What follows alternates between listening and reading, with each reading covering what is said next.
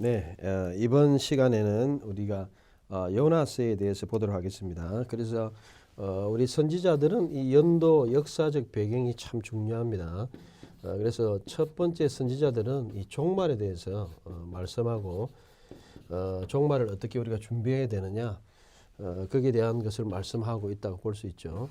8세기 때는 이사야 미가부터 보기보다는 요나부터 이제 보니까 요나 그리고 호세아 아모스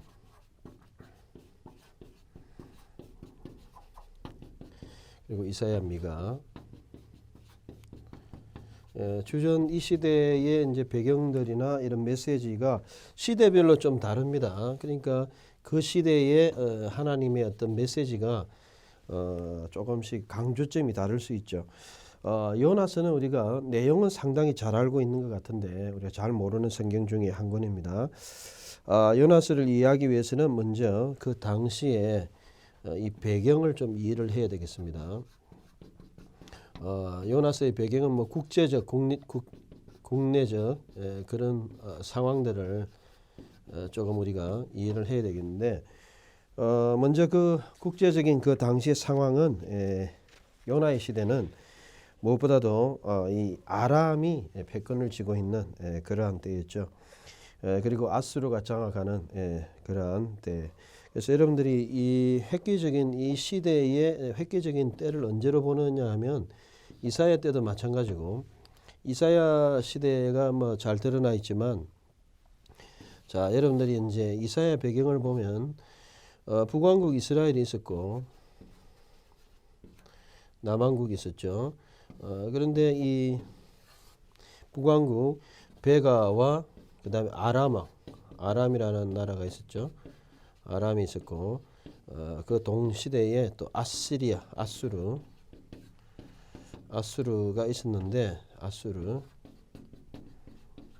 자 거의 뭐 처음에는 아람이라는 나라가 좀 더 강대했죠. 국제적으로 본다면. 그런데 이제 이사야 시대에 이 아하스 시대죠. 735년 정도 됐는데 그때 어떤 일이 일어났느냐 이 베가와 아람의 러신 이사야 7장에 나오는 내용이죠. 그 남왕국을 쳐들어왔어요. 이때만 해도 아람의 전성기였습니다. 735년 그때죠. 그런데 이제 나중에 이제 아수르가 결국 이 주위를 멸망시키죠. 여러분 잘 알고 있는 722년 북왕국이 멸망되고 그리고 이 아람도 결국 아수르에게 짓밟히는 그런 때가 바로 이제 722년 이후에 아수르가 강대하게 되죠. 국제 정세는 아람은 지고 이때는 아수르는 일어나는 그런 시대라고 여러분들이 이해하시면 되겠습니다. 그래서 이제 그야말로 이 아수르의 절정이 바로 이사야 시대, 히스기야 시대죠. 특별히 히스기야 시대는 뭐 700년도부터 해가지고 686년도까지인데 이때 물론 715년에 쳐들어오기도 하고 701년에 쳐들어왔다 이런 견해가 있는데 이때 히스기야 시대에 결국은 이 아수르가 침략을 이제 하게 되죠. 그러니까 이때만 해도 거의 전성기고 그리고 히스기야가 이 승리 때문에 이제 찾아왔던 36장 이후에 36장 39장에서 찾아왔던 그 바벨론 왕에 대한 사건이 나오죠. 그래서 이 바벨론 왕 이 시대가 바벨론은 이 시대는 아수르는 강대했고 아수르는 강대 그 다음에 아람은 지는 해 그리고 떠오르는 해가 또 있었는데 지금 당장은 아니고 바벨론이었죠.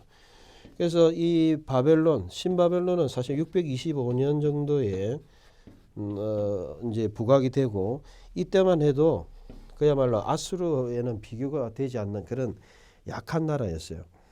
그러니까 국제 정세는 한마디로 아람은 지고 아수르는 강대하고 그다음 바벨론은 이제 떠오르는 그러한 때가 이때였다, 배경이었다 그렇게 이제 보시면 되겠고요.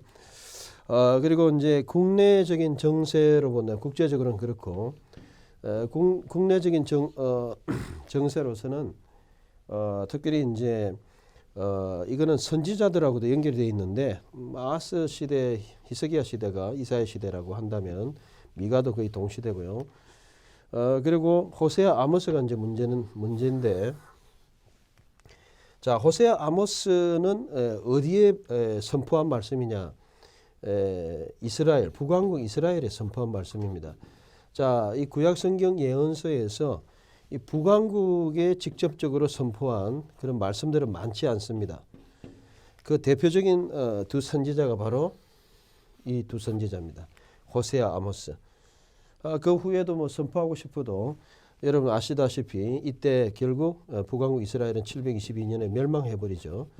그러니까 그 이후에는 7세기, 6세기는 존재 자체가 없기 때문에 복음을 선포할 수도 없었고 선지자들이 메시지를 선포할 수도 없었어요. 그래서 이 오바댜 요엘은 뭐 전체적으로 줬다고 볼 수 있고 이사야, 미가는 특별히 유다에게 주신 말씀이에요. 그리고 북왕국 이스라엘에 주신 말씀이 호세아, 아모스인데 이 호세아, 아모스는 또 나중에 또 언급하지만 흥미로운 것이 정반대의 메시지입니다. 호세아는 사랑을 의미하고 하나님은 사랑의 하나님이다. 또 아모스는 하나님은 공의와 심판의 하나님이다. 정반대 대립되는 그런 아이디어 같은 그런 말씀을 전가한 거예요. 그게 바로 호세아, 아모스 동시대였고, 그러니까 상당히 흥미로운 책이죠. 북왕국 이스라엘에게 주신 말씀이고, 국내적으로 본다면 거의 그 여러분들이 이제 이 북왕국 왕들에 대해서 알아야 되죠.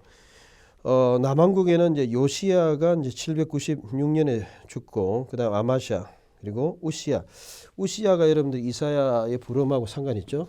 우시야 죽던 해 740년 BC에 나오잖아요. 그때가 이제 시작이고, 그리고 요담, 아하스, 히스기야 이런 시대로 국내적으로 오고, 호세아, 아모스는 이제 이 시대에 거의 머나헴, 여러분들이 740년도 거의 머나헴이 끝나고 나서 버가히야 때, 버가히야가 바로 그 다음에 베가, 버가히야 그 다음에 베가. 그래서 베가 때 이 베가, 북왕국의 베가가 남왕국 쳐들어왔을 때 이때가 735년이라 그랬죠. 바로 이때가 바로 버가히야 다음에 베가. 그리고 호세아, 이런 왕들로 진행이 되죠. 특별히 이 성경에서 언급되는 때는 언제냐면 여로보암 2세가 많이 언급되고 있어요. 여로보암 2세는 이제 조금 앞에 있었죠. 여러분들이 이제 왕들에 대해서 연도를 보시면 다 나오죠. 그런데 여로보암 2세는 793에서 753 여로보암에 대한 언급들이 좀 나오는데, 그래서 이 근처에 말씀을 주신 그러한 메시지가 바로 호세아, 아모스, 북왕국 대충 이 연도 750년을 기준으로. 그래서 호세아, 아모스, 요나는 대충 한 763년 정도 선포했다고 볼 수 있는데, 대충 763년, 750년대, 740년대 이런 내용으로 우리가 배경을 볼 수 있습니다. 자, 그래서 이렇게 이제 볼 수 있겠고, 그 다음에 이제 우리가 생각해야 될 것이, 자, 그 다음에 이제 그렇다면 이제 요나가 이 8세기 전체를 우리가 보는데, 이사야, 미가는 누구에게 주었다고요? 이사야, 미가는 북왕국이 아니고 유다, 남왕국에 주었고, 호세아, 아모스는 북왕국에 주어졌고, 그러면 이제 문제는 요나는 누구에게 주어졌느냐? 이제 이게 이제 문제가 되겠죠. 요나스는 누구에게 주어졌느냐 하면 바로 아수르, 니느웨. 1차적으로는 그렇습니다. 그리고 2차적으로는 뭐 하나의 백성, 뭐 북왕국도 마찬가지고 포함해서 북왕국, 남왕국에게 주어진 말씀이다.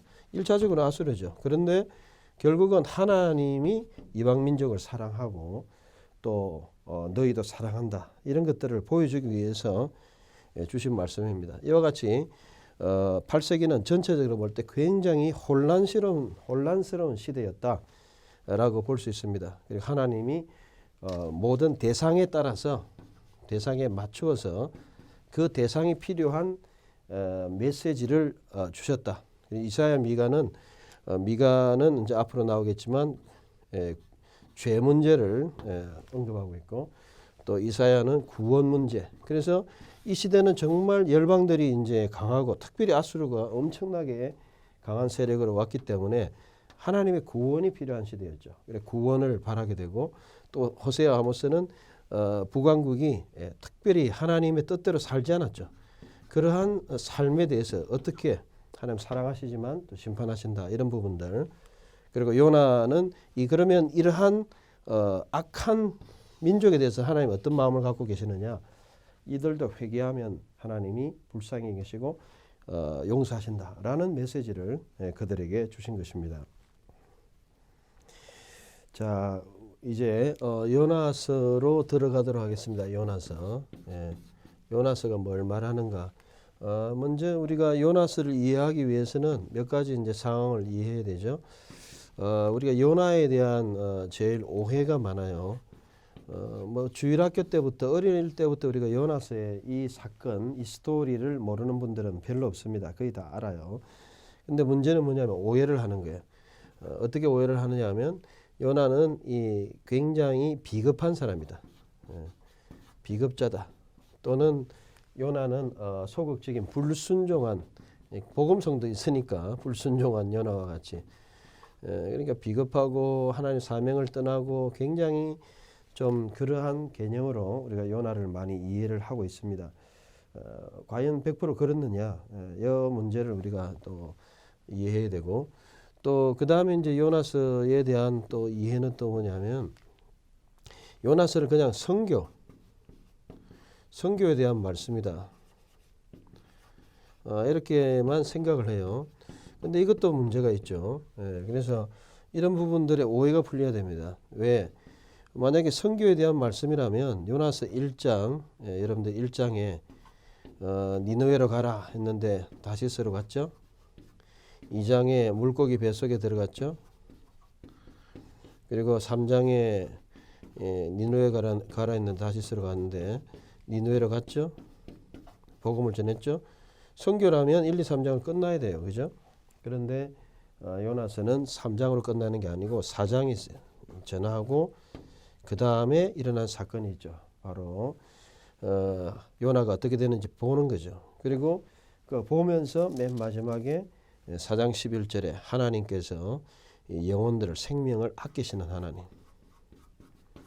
그러니까 선교 자체가 목적이 아니고 주제가 아니고 그 하나님이 영혼을 아끼신다. 그 영혼도 보통 영혼이 아니고 이방인이고 심지어 원수죠. 원수. 앞으로 백성들을 멸망시킬 원수. 그런 교회를 핍박할 자까지라고 한다 할지라도 하나님은 그 영혼을 사랑하신다. 그래서 선교에 대한 말씀이다라고만 말할 수도 없죠. 또 뿐만 아니고 비겁자다. 이거는 이제 조금 우리가 요나에 대한 이해가 필요합니다. 그것은 요나가 역사적으로 어떤 인물인지 우리가 이해를 해야 되죠. 자, 여러분들이 요나를 쭉 보면 요나는 어떤 선지자였느냐? 엘리야와 엘리사.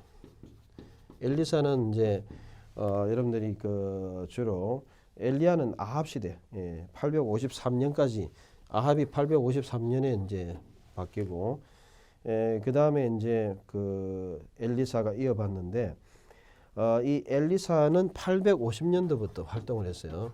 800년대까지 거의 50년 했는데 그리고 나서 이 엘리야는 그 전이죠. 그러니까 900년대 9세기 초에서부터 활동하다가 이 엘리사하고 조금 겹치죠. 그래서 대충 엘리야는 30년 정도 대충 그렇게 사역을 했다고 우리가 볼 수 있습니다. 자, 이런 부분에서 엘리야는 847년까지 보통 활동을 했다. 그래서 여기 좀 겹치는 부분 엘리사를 이제 양육하고 이어주는 부분인데 그래서 9세기 초부터 엘리야가 그리고 8세기 결국 7세기까지 들어오는 이 9세기 때를 이 두 선지자가 감당했어요. 100년 동안. 그 시대가 실제로 문서적인 예언서는 바로 오바댜 요엘이지만 주로 실제적으로 말씀을 전했던 자들 엘리야와 엘리사였죠. 자, 그 다음에 이제 선지자들이 뭐 글로 적힌 선지자들 많이 있지만 그 다음에 이 사람들을 이어받는 계열이 바로 이 누구냐면 이 요나입니다. 요나. 자, 그래서 이 요나에 대한 언급은 우리가 여러 군데 나오지만 특별히 엘리사 이후에 요나가 결국 열왕기하 13장 20절의 말씀이 열왕기하에 나와 있는 14장 25절 제가 찾아서 읽어드리도록 하겠습니다. 이 열왕기하 14장 25절 그가 여호와 이스라엘 하나님께서 가드 헤벨 사람이며 아미떼의 아들인 자신의 종 요나 선지자를 통해 하신 말씀대로 하맛에게서부터 아라바 바다까지 이스라엘 땅의 경계를 회복하였다. 저기 말은 여로보암 2세 때 말씀인데 요나가 예언을 하니까 14장 25절 말씀처럼 예언이 이루어졌다 라고 말씀하고 있는 거예요. 이때가 언제냐? 대충 782년에서 770년 사이 주전 이때라고 봅니다. 그리고 나중에 이제 요나가 설교를 할 때 니느웨 갔을 때가 대충 763년 BC 정도 봐요. 그러니까 요나가 활동하기 전에 이미 요나는 어떤 선지자였느냐면 이 정통 계열 엘리야 엘리사를 이어받는 선지자였고 뿐만 아니라 그의 예언은 정확하게 성취되는 예언하면 성취되었다.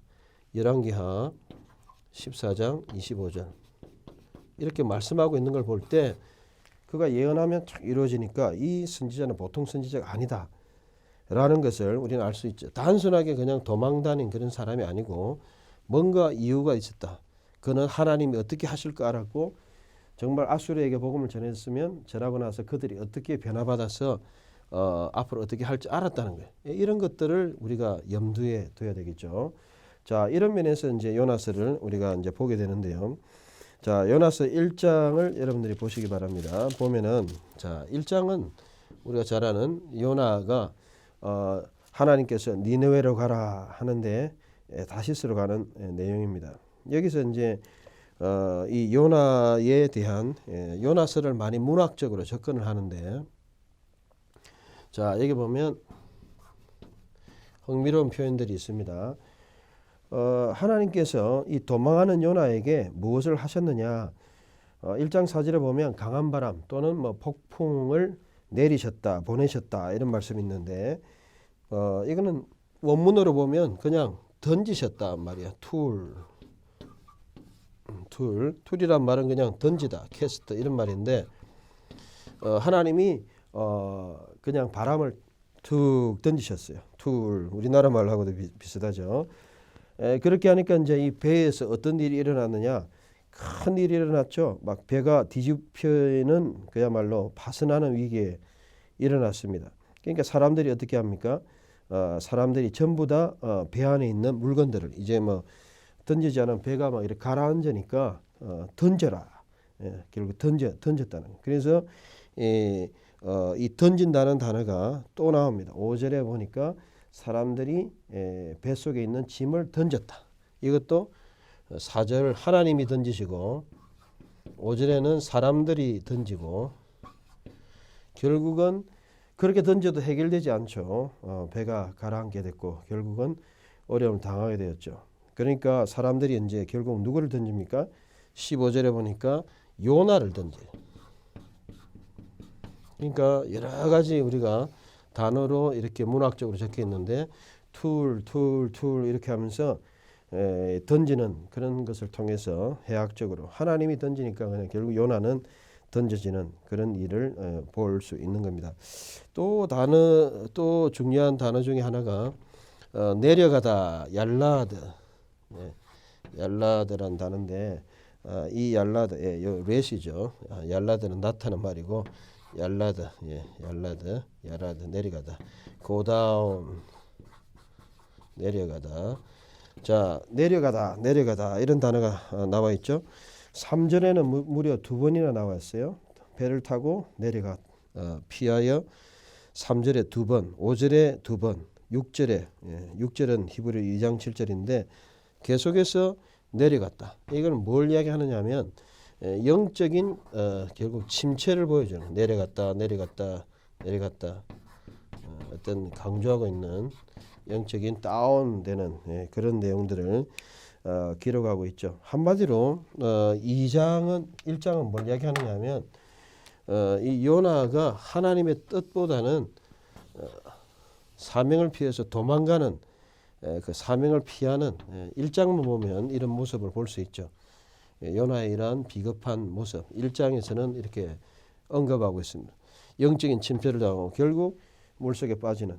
자, 그런데 거기서 또 이제 흥미로운 사실은 사람들이 하는 선장이 하는 말이죠. 6절에 보니까 당신은 어찌 잠을 자고 있어. 옛날 개혁 성경에 보면 자는 자의 어찌미뇨 이렇게 하고 있는데 결국 교회를 향해서 하나님의 사명자 우리를 향해서 자는 자의 어찌미뇨. 하나님의 뜻대로 하지 않은 때는 자는 자의 어찌미뇨 이렇게 묻고 있다는 거예요. 1장이죠. 자, 그다음에 이제 2장을 봅시다. 자, 2장은 그냥 뭐 물고기 속에서 요나가 물고기 속에 있었다 정도가 아니고 이 2장의 사건은 여러분들이 아시지만 예수님의 이 십자가 사건, 십자가를 예표한다. 예수님의 죽으심과 십자가. 특별히 예수님께서 십자가 달리기 전에 말씀하신 것이 내가 요나의 기적밖에 보여줄 게 없다라고 말씀하셨죠. 이것은 이제 요나의 표적. 이것이 그냥 단순하게 요나가 물고기 뱃속에 들어갔다. 그것으로 끝나는 것이 아니고 서울, 지옥, 우리의 모든 것을 담당하고 고난을 받으셨던 그 주님을 예표하는 것입니다. 이런 면에서 요나는 엄청난 선지자예요. 앞으로 예수 그리스도를 예표까지 하는 단순하게 도망간 정도가 아니고 정말 우리는 죄 때문에 죽어야 될 그런 죄인이다. 정말 하나님의 사명에서 떠나가 죽을 죄인이다. 사명을 이루지 못하는 그런 것을 우리에게 예표적으로 보여준 거예요. 자, 그래서 요나가 이제 물고기 뱃속에서 있었는데 요나가 거기서 뭐 했느냐? 기도했습니다. 이 기도, 뱃속의 기도. 그래서 이 기도는 기독론적으로 우리가 이해를 해야 되고 그 다음에 그 기도의 내용 중에 하나가 2장 7절에 보면 절정에 이르는데 내 영혼이 내 속에서 꺼져간다. 바른 성경에서는 꺼져간다 이렇게 말씀하고 있죠. 개역 성경에는 피곤하다 이렇게 돼 있는데 이 피곤하다 아타파는 faint 정신이 몽롱하거나 숨이 꼴딱 넘어가는 상황 이렇게 숨이 꼴딱 넘어가는 상황. 그래서 이것을 그냥 뭐 내 영혼이 또는 내가 피곤하다 피곤하고 몸이 안 좋아 그 정도가 아니고 생명이 지금 왔다 갔다 하는 그래서 꺼져간다. 내 생명이 숨 넘어간다. 그러니까 지금 뭐 물고기 뱃속에 있지만 사실은 이 물고기가 그야말로 물고기가 뭐 온갖 수킬로미터를 다니고 정말 죽음에 넘나드는 물고기가 물을 막 제대로 마시고 이러면 안에서 어떻게 될지 모르는 숨 넘어가는 상황 그걸 다 느꼈겠죠. 그러니까 요나는 기도할 때 보면 물이 영혼까지 에워싸고 또 기품이 나를 둘렀고 바다풀이 내 머리에 휘감고 그냥 그 안에서 편안하게 있은 게 아니고 굉장히 죽음에 이르는 그런 어려움들을 체득하고 체험했다는 것입니다.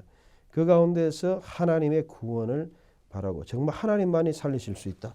구원을 바라는 십자가의 죽으심과 십자가 구원을 바라고 예수님의 어떤 구원을 바라보게 된 거예요. 그래서 요나의 2장이 그냥 있는 것이 아니고 정말 요나의 사건에서 이 그리스도 기독론적인 중요한 내용이 바로 2장에 나타나는 거죠. 그래서 이 요나가 생명이 꺼져가는 상황을 경험했다. 그리고 4절하고 7절에 보면 이 성전을 바라보겠다. 이 성전, 주의 성전. 성전은 바로 오늘날 교회겠고 하나님 나라겠고 하나님 일이겠죠. 그래서 요나는 이 서울이라는 것은 죽음의 깊은 단계를 의미하고 있습니다. 여기 보면 2장 2절에 보면 서울의 깊은 곳.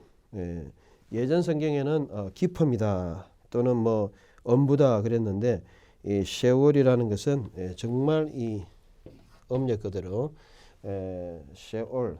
그래서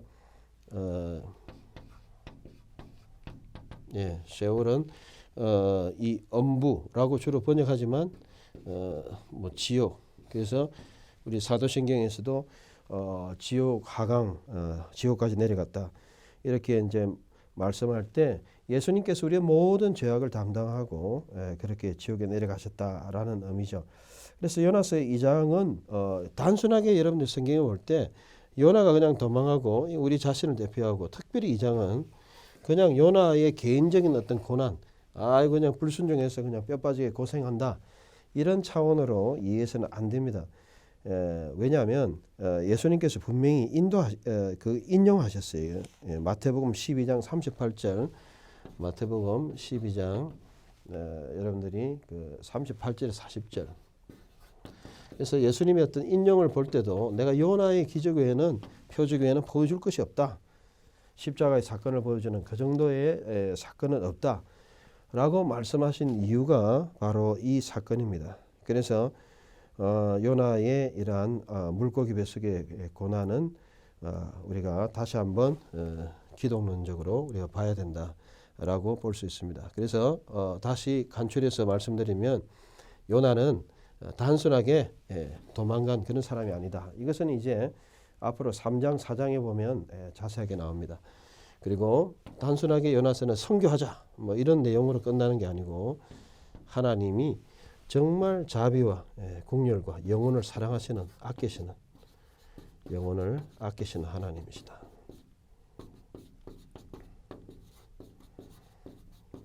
라는 것을 우리에게 보여줍니다. 그렇다면 이제 요나의 그 다음 사건들 요나가 어떻게 해서 그렇게 강력하게 설교를 해서 많은 사람이 변화됐는지 또 그리고 그 사람들이 변화됐을 때 왜 요나는 불평했을까 이런 부분들을 이어서 계속해서 보도록 하겠습니다.